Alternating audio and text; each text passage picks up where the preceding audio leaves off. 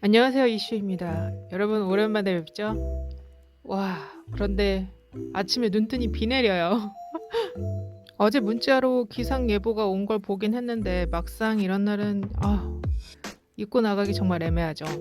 이런 날은 정말 딱 카페에 앉아서 우아하게 커피 마시며 창밖을 바라보고 내리는 비를 보며 운치 있게 하루를 보내면 참 좋겠지만 현실은 그렇지 않다는 거 어떻게든 나가야 하죠. 직장인들은 출근해야 되고 아이 기르시는 부모님들은 아이 데리고 왔다 갔다, 특히 아이들은 이렇게 비 내리는 날은 더 난리잖아요.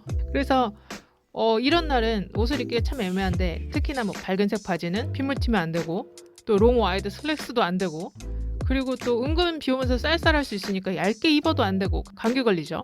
비 와서 축축 처지는데 칙칙하게 입는 것도 별로고, 또 불편하고 다루기 힘든 의류는 더더욱 피하게 되고, 이런 고민을 저만 하는 건 아닐 것 같아서 이번 편을 준비를 했습니다.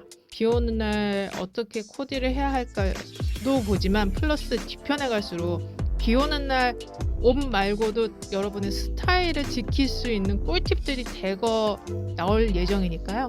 꼭 끝까지 시청해주세요. 구독, 좋아요, 알람 설정 부탁드릴게요. 오늘처럼 비 오는 날엔 뭘 입어야 할지 항상 고민이 되죠. 특히 신발과 바지 선택이 제일 어려운데요. 레인부츠나 워커 같은 긴 신발도 좋고, 운동화처럼 젖어도 금방 마르는 신발도 좋긴 하지만, 한국같이 수도 배관이 잘 안 되는 나라에서는 무릉덩이 다니기에는 부츠만한 게 없더라고요. 자, 그러면 우리 당장 옷을 뭐 사러 나갈 수는 없고 내 옷장 속 코디를 어떻게 활용할 수 있는지 한번 저와 함께 보시죠.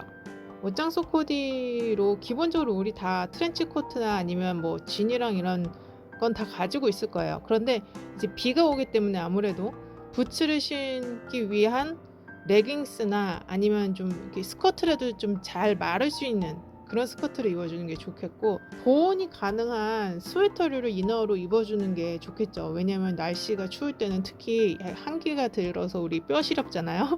그리고 보온을 도와줄 수 있는 얇은 목도리 스카프라든지 아니면 나의 비로부터 나를 막아줄 수 있는 우산, 이런 것 정도.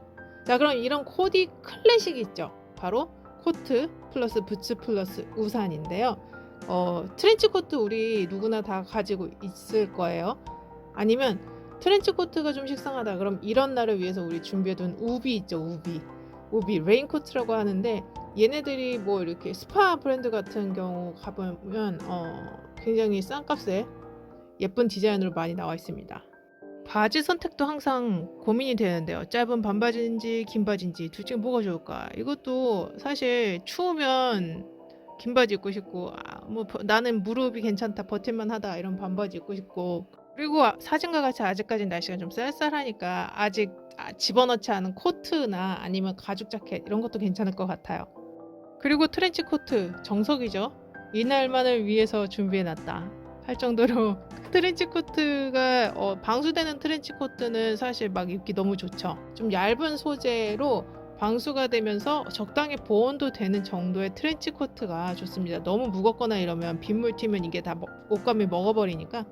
자, 그 다음 원피스랑 스커트도 준비가 우리 항상 되어 있죠. 바지 젖는 게 싫으신 분들은 차라리 치마를 입어주시는 것도 좋은 방법이에요. 그리고 무릎까지 오는 니삭스도 괜찮겠죠? 다들 아시겠지만 실크 종류는 피해주세요. 비에 묻으면 옷감이 상해버리는 그런 원단은 자제해야 됩니다. 하지만 우리 비 오는 날은 꼭 그런 옷이 입고 싶죠. 꼭 흰 옷 입은 날 짜장면 먹으러 가는 것처럼.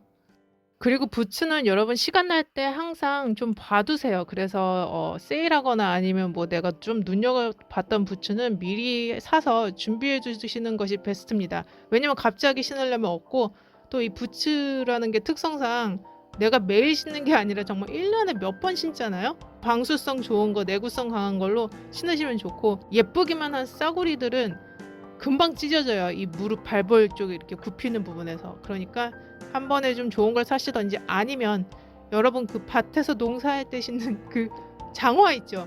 그거 진짜 튼튼하거든요. 저는 그걸로 갈아탄 지 좀 됐습니다. 한번 장만해 보세요.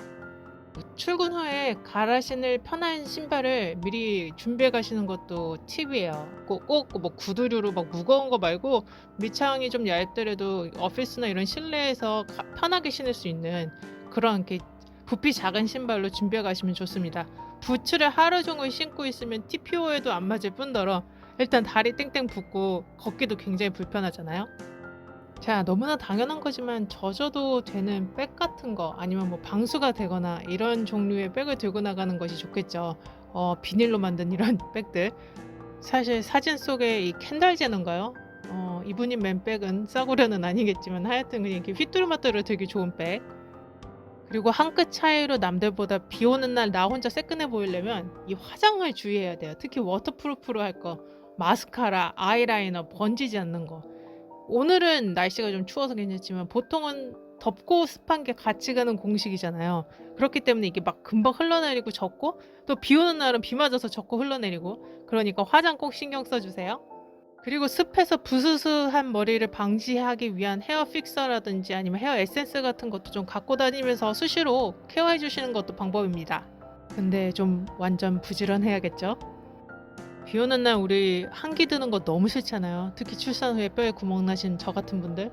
그래서 이 스카프를 얇은 거, 뭐 이렇게 좀 젖어도 되는 그런 얇은 스커트를 목에다가 둘러주시는 것도 포인트예요. 내 체온도 지키면서 또 내 액세서리가 귀에 달라붙고 뭐 머리에 달라붙고 이런 걸 방지하기에도 좋죠. 그리고 검색해 보시면 다양한 방수 코팅제가 있을 거예요. 뭐 섬유에 뿌릴 수도 있고 뭐 가죽에도 뿌릴 수 있고 난 이거 없는데 하시는 분들은 이따가 출근 후에 다해서 한번 슬쩍 들러보세요. 그래서 있으면 한번 칙칙 뿌리는 것도 나쁘지 않을 겁니다. 오늘 준비한 내용은 여기까지고요. 우리 비는 오지만 그래도 몸과 마음만은 뽀송뽀송한 하루를 보낼 수 있도록 최선을 다해봅시다. 그럼 좋아요, 알람, 구독 설정 부탁드리고요. 빠이.